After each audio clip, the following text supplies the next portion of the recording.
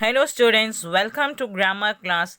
In the previous video, we have seen how to change active voice into passive voice for interrogative sentences. In this video, we are going to learn how to change active voice into passive voice for imperative sentences. Students, imperative sentence. A sentence that expresses a command or an advice or a request is called an imperative sentence. அப்படின்னா என்ன அர்த்தம்னா ஒரு சென்டென்ஸில் வந்து command expression இருக்கலாம், இல்லைன்னா advice expression இருக்கலாம், இல்லைன்னா request expression இருக்கலாம். அந்த மாதிரி எக்ஸ்பிரஷன் சொல்கிறோம் இந்த சென்டென்ஸ் தான் நம்ம இம்பெரேட்டிவ் சென்டென்ஸ் சொல்லுவோம். அப்போ அந்த இம்பெரேட்டிவ் சென்டென்ஸ் பார்த்தீங்கன்னா சப்ஜெக்ட் இருக்காது, வேர்பும் ஆப்ஜெக்ட் தான் இருக்கும் மோஸ்ட் ஆஃப் த சென்டென்ஸ். அப்படியே வந்தாலும் கூட நமக்கு இன்டைரக்ட் சப்ஜெக்ட் தான் இருக்கும் நமக்கு இம்பெரேட்டிவ் சென்டென்ஸில். Students, we will see some examples here in the imperative sentence. See here, learn your lessons. லேர்ன்றது நமக்கு என்னன்னா இங்கே வேர்ப் இருக்குது, யுவர் லெசன்ஸ்ன்றது ஆப்ஜெக்ட். அப்போ நமக்கு என்னென்ன ஏற்கனவே சொன்ன பார்த்தீங்களா, சப்ஜெக்ட் இருக்காது, வேர்பும் ஆப்ஜெக்ட் மட்டும்தான் இருக்கும். அப்போ லேர்ன் யுவர் லெசன்ஸ்ன்றது அந்த என்ன மாதிரி எக்ஸ்பிரஷன் பார்த்தோம்னா ஒரு அட்வைஸ் பண்ணுற மாதிரி. என்ன லேர்ன்றது படி அப்படின்னு சொல்லுது, அப்போ அது அட்வைஸ்ன்னு சொல்லணும். ஸோ இப்படி தான் நமக்கு ஆக்டிவ் வாய்ஸில் இருக்கும் சென்டென்ஸு, வேர்பும் ஆப்ஜெக்ட் மட்டும்தான் இருக்கும். ஸோ அந்த மாதிரி சென்டென்ஸ் நம்ம என்ன சொல்லணும்னா இம்பெரேட்டிவ் சென்டென்ஸ்னு சொல்கிறோம். இதை நம்ம எப்படி மாற்ற போகிறோன்றது நெக்ஸ்ட் பார்க்க போகிறோம். அதில் சில எக்ஸாம்பிள்ஸை நம்ம பார்க்கணும். நெக்ஸ்ட் பார்த்தீங்கன்னா ஓப்பன் த டோர். ஓப்பன்றது நமக்கு வேர்பு, டோர்ன்றது ஆப்ஜெக்ட். ஓப்பன் த டோர்ன்றது ஒரு கமாண்ட் மாதிரி. ஓப்பன் த டோர் நம்ம சத்தமாக சொன்னோம்னா அது ஒரு கமாண்ட் எக்ஸ்பிரஷன் ஆகிடும். ஸோ இதுவும் ஆக்டிவ் வாய்ஸில் நமக்கு என்ன சொல்லணும்னா கமாண்ட் எக்ஸ்பிரஷனில் இருக்குது இம்பெரேட்டிவ் sentence. Help the poor.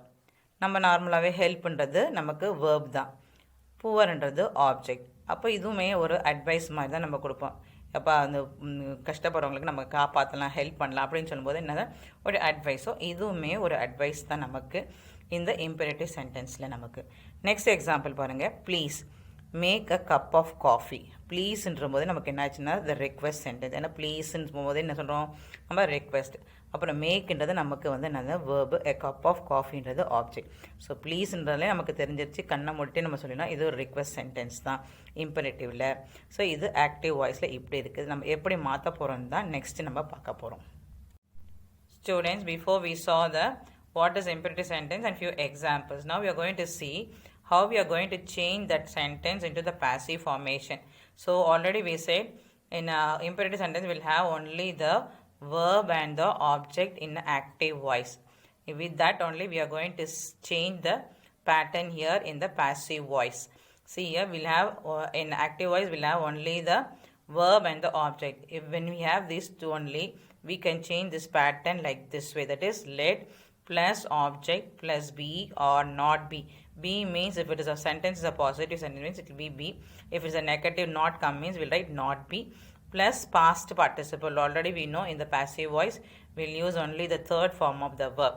So when we have the verb and object only, we can bring into this structure of the sentence in the passive voice. For sentences containing request, advice and order, we will use you are requested to, you are advised to and you are ordered to. When we use this means when we don't have the object. இப்போ நம்ம already we side இம்பெரேட்டிவ் சென்டென்ஸில் நமக்கு வேர்பும் object தான் இருக்கும். So வெறும் verb மட்டும் கொடுத்துருந்தாங்கன்னா நமக்கு சென்டென்ஸ் இப்படி ஸ்டார்ட் பண்ணலாம். You are requested to means you are advise to or you are order டுன்னு. நமக்கு வந்து வேர்பும் ப்ளஸ் ஆப்ஜெக்ட் இருந்தாலும் இந்த பேட்டர்ன் கொண்டு வரலாம். ஆனால் இந்த பேட்டர்ன் இருக்குல்லையா, let plus object plus be or not be plus past participle or third form of வேர்ப்னா நமக்கு என்ன இருக்கணும்னா வேர்பும் ஆப்ஜெக்ட் இருந்தால் தான் இந்த பேட்டர்னுக்கு கொண்டு வர முடியும். அதே வேர்ப் மட்டும் இருந்துச்சுன்னா இந்த பேட்டர்னில் கொண்டு வர முடியாது. அந்த மாதிரி தான் நம்ம இந்த மாதிரி சென்டென்ஸை நம்ம எழுதிக்கலாம். இதுக்கு பிரச்சனையே கிடையாது. இந்த மாதிரி பேட்டர்ன் இருந்தாலும் நம்ம இந்த சென்டென்ஸ் எழுதலாம். வெறும் வேர்ப் மட்டும் கொடுத்தனாலும் இந்த மாதிரி பேட்டர்னை நம்ம ஸ்டார்ட் பண்ணி எழுதலாம் ஆன்சரை. நெக்ஸ்ட் ஒன் இஸ் ஈச்சில் always remove please and kind if they are given in the sentences. Suppose நமக்கு வந்து ஒரு சென்டென்ஸில் வந்து இம்பெரேட்டிவில் வந்து ப்ளீஸ் இல்லைன்னா கைண்ட் இருந்தாங்கன்னா நம்ம வந்து ஆக்டிவ் வாய்ஸில் நம்ம பாசிவ் வாய்ஸில் இதை நம்ம ரிமூவ் பண்ணிடணும், எழுதவே கூடாது. நம்ம கண்ணை மூடிட்டு இந்த ப்ளீஸும் கைண்டும் we have to remove it. Students, we'll see the examples. First one, active voice. Shut the door. Shut is what the verb V1 and the door is the object. When we have the verb and object தான் நமக்கு என்ன பேட்டர்னில் start பண்ணலாம்னா in passive voice with a let pattern. let plus object plus be plus the third form of verb. So what we are going to do, now we have the verb and object in the active voice. நம்ம இப்போ எப்படி மாற்ற போகிறோம்னு பார்த்தீங்கன்னா we have to start with the let sentence because we have only verb and the object. So let எழுதியாச்சு. அடுத்து என்ன object the door. So the door எழுதியாச்சு. இது பாசிட்டிவாக நெகட்டிவாக சென்டென்ஸ் பார்க்கணும்னா ஷட் த டோர்ன்றது positive sentence. So we have to write only be. Then you have to write the third form of verb. V1 is shut, V2 is also shut, V3 also நமக்கு shut தான் வரும். So V3 வந்து shut நம்ம இங்கே எழுதியாச்சு. So let the door be shut is a passive voice. Second example students, post the letter at once. Post is what? Is the verb for us, that is V1 post. Letter is the object. At one is the remaining part of the sentence normally we'll have in the active voice. Now how we are going to change this one into a passive voice means, because we have only the verb and the object. அப்போ இருக்கும்போது நம்ம என்ன பண்ணால் let sentence use பண்ணுவோம் இல்லையா, verbும் object இருந்தால் let sentence use பண்ணுவோம். So let நம்ம எழுதியாச்சு. தென் ஆப்ஜெக்ட் பார்த்தீங்கன்னா எடுத்து எழுதணும் இல்லையா, ஆப்ஜெக்ட் த லெட்டர் அதுவும் எழுதியாச்சு. அது நமக்கு இங்கே ஆப்ஜெக்ட் லெட்டரு. இது பாசிட்டிவாக நெகட்டிவாக போஸ்ட் த லெட்டர் அட் ஒன்ஸ்ன்றது பாசிட்டிவ் சென்டென்ஸ். ஸோ நம்ம என்ன பண்ணுறோம், பி எழுதணும். ஸோ அது பி எழுதியாச்சு. And third form of verb எழுதணும் இல்லையா, V1 வந்து போஸ்ட்டு, V2 வந்து போஸ்டட், V3யும் போஸ்டட் தான் நமக்கு வந்து V3 verb posted. And the remaining sentence நம்ம எழுதணும் இல்லையா at once. Let the letter B posted at once is the passive voice. Students, next example, clean your room. So clean is what? Verb 1. Your room is the object in active voice. So we have only verb and object. Na idu eppadi nama structure maathuvom pathina let sentence nama maatha porom. So we are going to change into let. So let means first you have to write as a let here in the passive voice. Then object is what? Your room. So your room we have written here as a object. Then it's a positive and negative. Let us see, clean your room. So it is a positive only. So you have to write what? Be. Then you have to write the third form of the verb is what here? V1 is clean, V2 is cleaned, V3 is also cleaned only will come. So V3 is what? Cleaned. Let your room be cleaned is a passive voice. Next example, do not starve the cow. So do not போது நமக்கு negative sentence ஆகிடுச்சு. ஸ்டார்வ்ன்றது நமக்கு வந்து என்னென்னா verb 1, the cowன்றது object. So the sentence is a negative sentence. அப்போ நமக்கு என்ன வரும் நெகட்டிவ் சென்டென்ஸ்னால் நமக்கு நாட் வரும். அது இல்லாமல் நமக்கு என்ன இருக்குது இங்கே வேர்பும் ஆப்ஜெக்ட் இருக்கும்போது அப்போ பாசிவ் வாய்ஸில் நம்ம லெட்டில் தான் ஸ்டார்ட் பண்ணுவோம். ஸோ லெட்டு எழுதியாச்சு. ஆப்ஜெக்ட் பார்த்திங்கன்னா த கவ், அந்த கவ் எழுதியாச்சு ஆப்ஜெக்ட்டு. ஸோ நம்ம நார்மல் என்ன சொன்னால் டு நாட் வந்திருக்கு இல்லையா, அந்த டு நாட் வந்து நெகட்டிவ். ஸோ நம்ம என்ன எழுதணும், நாட் பி எழுதணும். ஸோ நாட் பி எழுதியாச்சு. தென் பார்த்தீங்கன்னா வேர்ப் 3 எழுதுனியா, வேர்ப் வந்து ஸ்டார்வு, வேர்ப் 2 வந்து ஸ்டார்டு, V3யும் நமக்கு ஸ்டார்வ்டு தான் வரும். ஸோ V3 நமக்கு ஸ்டார்வ்டுன்னு எழுதியாச்சு. Let the cow not be starved is a passive voice. Next example students, please take pity on him. So when please வரும்போது we understood that it is a request sentence. So request வந்து கண்ணை முட்டே என்ன எழுதிக்கலாம், நம்ம வந்து let sentenceோட போகிறதோட நம்ம you are requested toன்னு எழுதிக்கலாம். அந்த சென்டென்ஸில் ஸ்டார்ட் பண்ணி எழுதிக்கலாம். ஸோ இங்கே ப்ளீஸ் இருக்கனால நம்ம என்ன பண்ணுறோம், passive voiceல you are requested toன்னு சொல்லி எழுதியாச்சு. ஆனால் அப்புறம் என்ன பண்ணலாம்னா நம்ம take pity on him, the remaining part of the sentence அப்படியே கண்ணை மூடிட்டு நம்ம எழுதிக்கலாம். ஏன்னா இங்கே ரெக்வெஸ்டட்னு இருக்கனால அதுக்கு V3 வந்துருச்சுனால நம்ம வந்து இங்கே வந்து இந்த டேக்குன்றது டுக்காலாம் டேக்கன்லாம் மாற்றணும்னு அவசியம் கிடையாது. அதை அப்படியே இந்த ரிமைனிங் பார்ட் ஆஃப் த சென்டென்ஸை ப்ளீஸ் ரிமூவ் பண்ணிவிட்டு சொல்லிட்டாங்க இல்லையா, ப்ளீஸ் வந்து ஆக்டிவ் வாய்ஸில் இருந்தால் பாசிவ் வாய்ஸில் ரிமூவ் பண்ணிடணும். So you are requested to போட்டு பாக்கி சென்டென்ஸில் அப்படியே எழுத வேணால் take pity on him is your passive voice. Next example, go to the market immediately. So go to the market immediately கொஞ்சம் ஆர்டர் பண்ணுற மாதிரி இருக்குது. go to the market immediately சொன்னோம் கொஞ்சம் அதிகார டோன் போது இட்ஸ் அ கமாண்டிங் டோனில் இருக்கனால நம்ம என்ன பண்ணோம், அந்த ஆர்டர் டோனில் இருக்கனால நம்ம என்ன பண்ணுவோம், இன்ஸ்டெட் ஆஃப் கோயிங் லெட் சென்டென்ஸோட நம்ம என்ன பண்ணிக்கலாம்னா யூ ஆர் ஆர்டர் டு, எப்படி முன்னாடி சென்டென்ஸ் யூ ஆர் ரெக்வெஸ்டட் அதே மாதிரி யூ ஆர் ஆர்டர் டூன்னு போட்டு த ரிமைனிங் நான் சொல்லிட்டேன் இல்லையா கண்ணை முட்டு remaining part of the sentence இருக்கலாம் go to the market immediately. So you are order to go to the market immediately is a passive voice. Last example students, work hard. So we have only the verb alone, we don't have the object. So நம்ம வந்து let sentenceல start பண்ண முடியாது இல்லையா. So we have to start with the other format, that is இது work hard போது யார் சொல்லுவாங்கன்னா advice பண்ணுற மாதிரி தான் your teacher or your parents will say படி கஷ்டப்பட்டு படி அப்படின்னு சொல்கிறாங்களே. ஸோ ஒர்க் ஹார்ட் போது இட்ஸ் அன் அட்வைஸ். ஸோ நம்ம எப்படி ஸ்டார்ட் பண்ணலாம்னா பாசிவ் வாய்ஸில் you are advised to, then remaining part என்ன இருக்குன்னா only we have only the verb work hard. You are advised to work hard is a passive voice. When the sentence starts with let, already we said in imperative sentence we'll have only the verb and the object. Suppose அப்படியே வந்தானே indirect object தான் நமக்கு வரும். So அப்போ இந்த மாதிரி நம்ம laddu start பண்ணும்போது அந்த சென்டென்ஸில் பார்த்திங்கன்னா சப்ஜெக்ட் இருக்குது, அந்த சப்ஜெக்ட் பார்த்திங்கன்னா இன்டைரக்ட் சப்ஜெக்ட் தான் நமக்கு இருக்கும். அந்த ஆக்டிவ் வாய்ஸில் பாருங்கள் let plus subject plus verb plus object active வாய்ஸில் இருக்குது. இதை நம்ம எப்படி பாசிவ் வாய்ஸ் மாற்றினா நார்மலாகவே சப்ஜெக்டும் ஆப்ஜெக்டும் இன்டர்சேஞ்ச் பண்ணுவோம், அதே மாதிரி தான். ஆனால் இங்கே லெட் இருக்குனால அதே லெட்டு தான் நம்ம இங்கே எழுத போகிறோம். So let plus object plus B. இப்போ பாசிட்டிவ் சென்டென்ஸ்னால் பி, நெகட்டிவ்னா நாட் பி வரும். Plus third form of verb plus நம்ம நார்மலாக என்ன ஆட் பண்ணோம் ஆஃப்டர் த வேர்ப் நம்ம by plus the subject. So இது பாசிவ் வாய்ஸில் இருக்குது. இப்போ இந்த sentence starts with the let தான் நமக்கு. நம்ம நார்மலாகவே பார்த்திங்கன்னா வேர்பும் ஆப்ஜெக்ட் தான். ஆனால் இந்த சென்டென்ஸ் பார்த்திங்கன்னா லெட்டில் நம்ம ஸ்டார்ட் பண்ணால் நமக்கு என்ன இருக்குன்னா இன்டைரக்ட் சப்ஜெக்ட் இருக்குது. ஸோ அப்படி இருக்கும்போது இப்படி நம்ம மாற்றுறோம் அந்த பேட்டர்ன். ஸோ ஒரு எக்ஸாம்பிள் பார்த்தீங்கன்னா இங்கே பாருங்கள் let me teach the student. லெட்டுன்றது நமக்கு ஆல்ரெடி பேட்டர்னில் இருக்கு இல்லையா லெட்டு. மீன்றது இன்டைரக்ட் சப்ஜெக்ட்டு, டீச்ன்றது நமக்கு வேர்பு, த ஸ்டூடெண்ட்ஸ்ன்றது ஆப்ஜெக்ட் ஆக்டிவ் வாய்ஸில். Let me teach the students. So active voice. இது எப்படி நம்ம பாசிவ் வாய்ஸ் மாற்றோம்னா ஏன்னா லெட்டுன்னு சொல்லும்போது அதே லெட்டு தான் எழுதுவோம். ஆப்ஜெக்ட் இன்டர்நெட் சேஞ்ச் பண்ணோம்ல சப்ஜெக்ட்டும் ஆப்ஜெக்ட்டும். அப்போ ஆப்ஜெக்ட் பார்த்திங்கன்னா ஸ்டூடெண்ட்ஸ், த ஸ்டூடெண்ட்ஸ் போட்டாச்சு. ஏன்னா இது இஸ் அ பாசிட்டிவ் சென்டென்ஸ் இல்லையா. லெட் மீ டீச் த ஸ்டூடெண்ட்ஸ்ன்றது positive. So be we have to write. And then we have to write the third form of verb.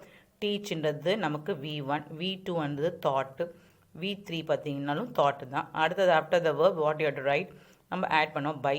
அப்புறம் இங்கே சப்ஜெக்ட் பார்த்திங்கன்னா me இல்லையா, அது இன்டைரக்ட் சப்ஜெக்ட்னால அது அப்படியே தான் நம்ம எழுதுவோம். ஆக்டிவ் வாய்ஸ்லேருந்து பாசிவ் வாய்ஸ்க்கு மாறவே மாறாது. ஸோ பை மீ போட்டாச்சு. Let the students be taught by me is a passive voice. Next example let them do this work. So let is a pattern, them is the subject, do is the verb, that is V1, this work is the object. So let them do this work is the active voice. Now how you are going to change this to a passive voice na ஏற்கனவே நம்ம சொல்லிட்டோம்ல லெட்டுன்னு போது அதே லெட்டு தான் போடுவோம். Let எழுதியாச்சு. ஆப்ஜெக்ட்டும் சப்ஜெக்ட்டும் interchange பண்ணுவோம் இல்லையா. Subject பார்த்தீங்கன்னா தெம்மு, ஆப்ஜெக்ட் பார்த்தீங்கன்னா திஸ் ஒர்க். அப்போ திஸ் ஒர்க்குன்னு எடுத்து எழுதுவோம் ஆப்ஜெக்ட்டு. பாசிட்டிவ் நெகட்டிவாக பாருங்கள் லெட் தம் டூ திஸ் ஒர்க்ன்றது positive. So be will we have to write. அடுத்தது வந்து தேர்ட் ஃபார்ம் ஆஃப் வேர்ப் எழுதணும் இல்லையா. டூன்றது V1, V2 வந்து டிட், V3 வந்து டன். ஸோ V3 வந்து எழுதியாச்சு. After the verb you have to add by, then you have to write last the subject. நான் already செட்னும் இன்டைரக்ட் சப்ஜெக்டாக இருக்கும்போது நமக்கு வந்து ஆக்டிவ் வாய்ஸில் பாசிவ் வாய்ஸ் மாறாது, அப்படியே தெம் தான் எழுதுவோம். Let this work be done by them is a passive voice. Students, sometimes we find subjects as one, someone, nobody, police, judge and people. It is not necessary to mention them in the passive voice. Active வாய்ஸில் நமக்கு subject start ஆனால் one இல்லையா, some one இல்லை nobody, police, judge and people start ஆனால் passive வாய்ஸில் நம்ம வந்து அதை சப்ஜெக்டாக மென்ஷன் பண்ணணும் அவசியம் கிடையாதுன்னு சொல்கிறாங்க. So will see the examples. First one, someone has beaten me. someoneன்றது நமக்கு என்னென்னா சப்ஜெக்ட்டு. ஹேஸ் பீட்டன், ஹேஸ் எங்கே வரும்னா ப்ரெசன்ட் டென்ஸில் வரும். பீட்டன்றது நமக்கு தேர்ட் ஃபார்ம் ஆஃப் வரும். அப்போ என்ன வரணும் ப்ரெசன்ட் பர்ஃபெக்ட் டென்ஸ் நமக்கு இங்கே இருக்குது டென்ஸில் ஆக்டிவ் வாய்ஸில்.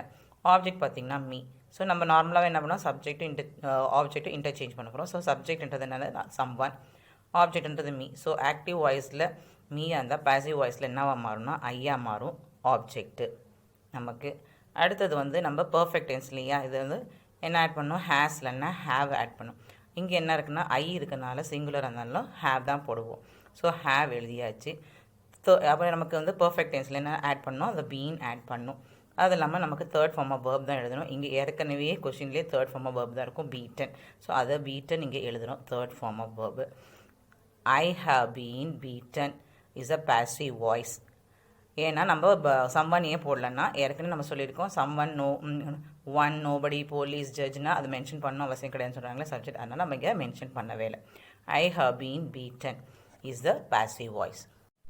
Students, another example, the police enquired into the case. So போலீஸ்ன்றது நமக்கு என்னன்னா சப்ஜெக்ட்டு, என்கொயர்ட் இன்டூன்றது நமக்கு இங்கே வேர்பு, கேஸ்ன்றது ஆப்ஜெக்ட். ஸோ நம்ம எப்படி இதை மாற்ற போகிறோம்னு பார்த்தீங்கன்னா சப்ஜெக்டும் ஆப்ஜெக்ட் இன்டர்சேஞ்ச் பண்ணோம். நம்ம என்ன சொல்லிட்டு அந்த போலீஸு சம்வன்லாம் வரும்போது நம்ம என்ன பண்ணுறோம், அது பாசிவ் வாய்ஸில் எழுதணும் அவசியமே கிடையாது இல்லையா. ஸோ இங்கே போலீஸ்ன்னு கொடுக்கும்போது நமக்கு பாசிவ் வாய்ஸில் எழுதணும் அவசியம் கிடையாது. ஸோ நம்ம சப்ஜெக்ட்டும் ஆப்ஜெக்ட் இன்டர்சேஞ்ச் பண்ணணும். இப்போது ஆப்ஜெக்ட் வந்து த கேஸ், அப்போ த கேஸுன்றது நம்ம எழுதியாச்சு. இங்கே இது வந்து ஆப்ஜெக்ட்டு. நம்ம இதை பார்க்கணும் வேர்ப் என்ன வேர்ப் இங்கே யூஸ் பண்ணியிருக்காங்க, என்ன டென்ஸ்னு என்கொயர்டுன்னு போது நமக்கு என்னென்னா V2 வேர்ப் இல்லையா. ஸோ சிம்பிள் பாஸ்ட் டென்ஸ் வந்து நம்ம எப்படி மாற்ற போகிறோன்றது. கேஸ்ன்றது சிங்குலர், அதனால் நம்ம என்ன பண்ணுவோம், சிங்குலர் இருக்கும்போது பாஸ்ட் டென்ஸ் நம்ம யூஸ் பண்ணுவோம்னா வாஸ் எழுதுவோம். ஸோ வாஸ் எழுதியாச்சு. அதே மாதிரி தேர்ட் ஃபார்ம் ஆஃப் வேர்ப் நம்ம எழுதணும் இல்லையா. என்கொயர்டுன்றது நமக்கு செகண்ட் வேர்ப், தேர்ட் வேர்ப்னு பார்த்தாலும் என்கொயர்டு தான் வரும். அப்போ என்கொயர்டுன்னு எழுதியாச்சு. அடுத்தது வந்து இன்டு த கேஸ் இருக்குல்ல, அது அப்படியே எழுத வேண்டியது தான். அது நமக்கு வந்து ஃப்ரேஸ் மாதிரி தான். So the case was enquired into is a passive voice. Students, sometimes in the passive voice we should have to use at or with or to or in instead of by according to the expression of active voice. என்னன்னா நம்ம யூஸ்வலாகவே passive voiceல by தான் use பண்ணுவோம் after the verb. அதுக்கு போல் என்ன சொன்னோன்னா நம்ம அட் யூஸ் பண்ணலாம், வித் யூஸ் பண்ணலாம், டூ யூஸ் பண்ணலாம், இல்லைனா இன்னும் கூட யூஸ் பண்ணலாம். எப்போனா according to the expression of the active voice இருக்கும்போது அதை நம்ம வந்து ஒன் பை ஒன் நம்ம பார்க்க போகிறோம். First one, we should use at when there are expressions of surprising, astonishing, shocking, alarming, disappointment. எப்போ நமக்கு இந்த எக்ஸ்பிரஷன், இந்த சென்டென்ஸ் ஆக்டிவ் வாய்ஸில் சர்ப்ரைசிங்காக இருந்துச்சுன்னா எக்ஸ்பிரஷன், இல்லை அஸ்டானிஷிங்காக இருந்துச்சா, இல்லை ஷாக்கிங்காக, இல்லை அலார்மிங்காக இருந்தால், இல்லை டிசப்பாயின்மெண்ட் இருந்தால், அப்போ நம்ம பைக் போல் என்ன யூஸ் பண்ணால் ஆக்டிவ் யூஸ் பண்ண போகிறோம். So we will see one example now. Students, first example, his condition alarmed me. So this is an active voice. Now how we are going to change into passive voice means first you identify what tense they are used பார்த்துக்கணும். நம்ம அப்போ தான் நமக்கு தெரியும் இது simple present டென்ஸாக past டென்ஸாக அந்த மாதிரி கண்டுபிடிச்சா தான் நமக்கு ஈஸியாக இருக்கும். ஆக்டிவ் வாய்ஸ் வந்து பாசிவ் வாய்ஸ். இப்போது ஃபஸ்ட்டு சென்டென்ஸ் பிரிப்போம். ஹிஸ் கண்டிஷன்ன்றது நமக்கு இங்கே சப்ஜெக்ட்டு, அலார்ம்டுன்றது வேர்ப் 2 தான் நமக்கு. ஏன்னா அலார்ம்ன்றது வேர்ப் 1, அலார்ம்டுன்றது வேர்ப் 2, மீன்றது ஆப்ஜெக்ட்.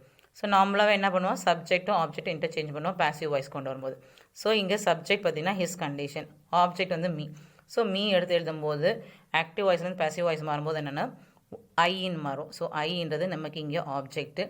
இந்த அப்புறம் வேர்ப் எழுதணும் இல்லையா, அலார்ம்ன்றது V2 வேர்ப் இல்லையா. அப்போ என்னது it is a past tense, simple past tense. அப்போ அதை மாதிரி சிம்பிள் பாஸ்ட் டென்ஸ்க்கு நம்ம பாசிவ் வாய்ஸில் மாற்றணும். ஸோ ஐன்றது சிங்குலர்னால நம்ம என்ன போடுறோம், சிம்பிள் பாஸ்ட் டென்ஸ்க்கு வாஸ் போடுறோம். வாஸ் போட்டு தேர்ட் ஃபார்ம் ஆஃப் வேர்ப் எழுதணும். V2 பார்த்திங்கனாலே அலார்ம்டு தான் இருக்குது. அப்போ V3யும் அதே தான் அலார்ம்டு வரும், V3 verb. Instead of bike நம்ம என்ன பண்ணுறோம், ஏன்னா அலார்மிங் நம்ம கொடுத்துருக்கோம், அலார்மிங், ஷாக்கிங் அந்த மாதிரி எக்ஸ்பிரஷன் இருக்கும்போது நம்ம என்ன பண்ணுறோம், அட்டு போட சொல்கிறோம். அப்போ இங்கே அலார்ம்டு இருக்கிறதுனால நம்ம அட் போட்டிருக்கிறோம் இன்ஸ்ட் ஆஃப் பை. அடுத்தது வந்து சப்ஜெக்ட் எழுதணும், ஹிஸ் கண்டிஷன். ஸோ இங்கே சப்ஜெக்ட் எழுதியாச்சு, his condition. I was alarmed at his condition is a passive voice. Students, again example, your performance in this match disappointed me சொல்லிருக்கோம். So என்ன expression இருக்குது பார்த்தீங்கன்னா disappointed இருக்கு இல்லையா. அப்போ இது நம்ம டிசப்பாயிண்டிங் போது அப்போ என்ன யூஸ் பண்ணுவோம், பாசிவ் வாய்ஸில் இன்ஸ்டா பை வந்து நம்ம அட் யூஸ் பண்ண போகிறோம்.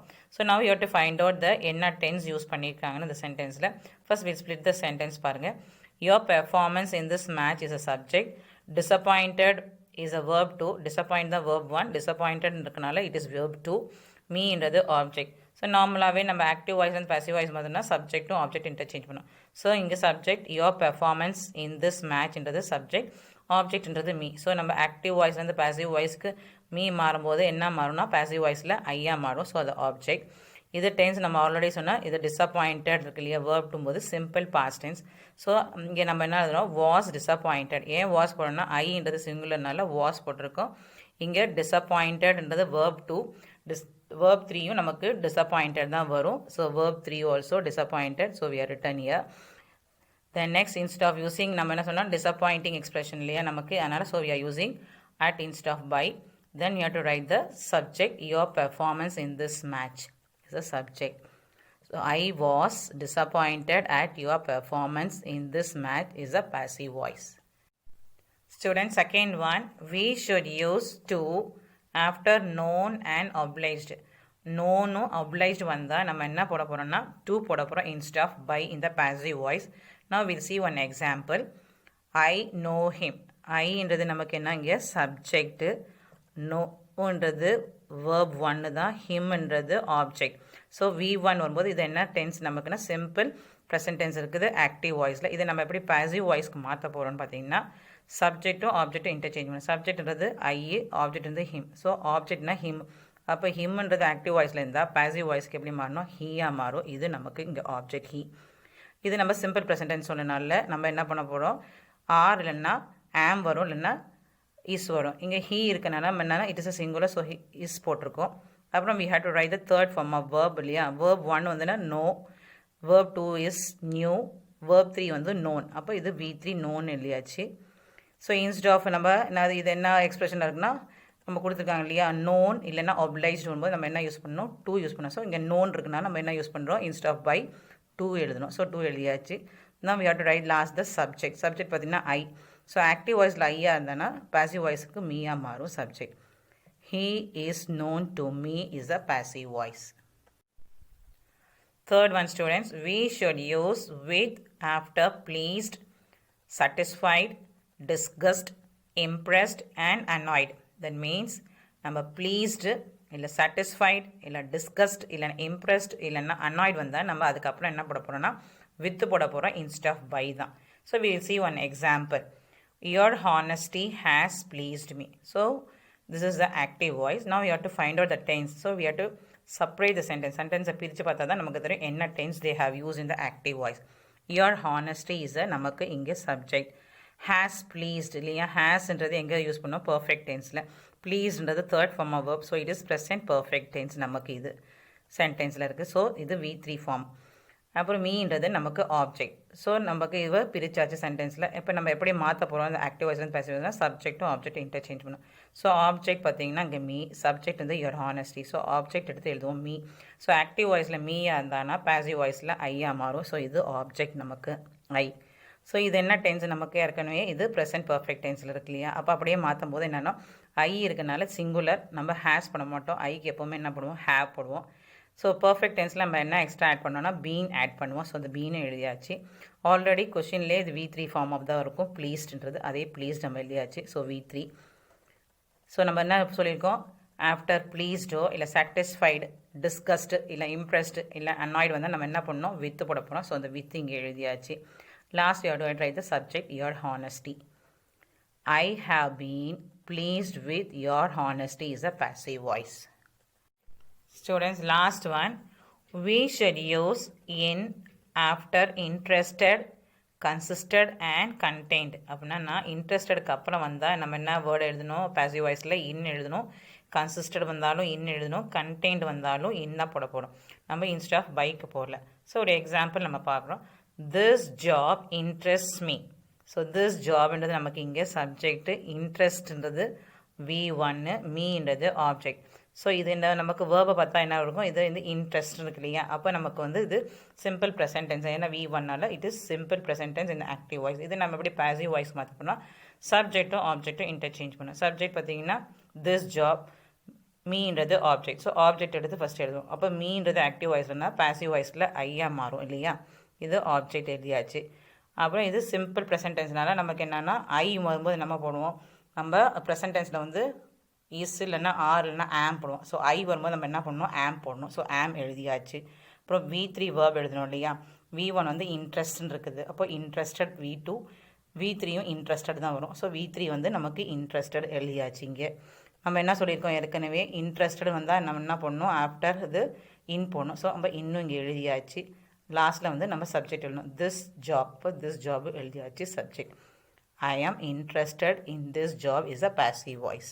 Okay students, let us recall this part. How we have changed active voice into passive voice for imperative sentences. In the next video, we will see some exercise. Thank you students.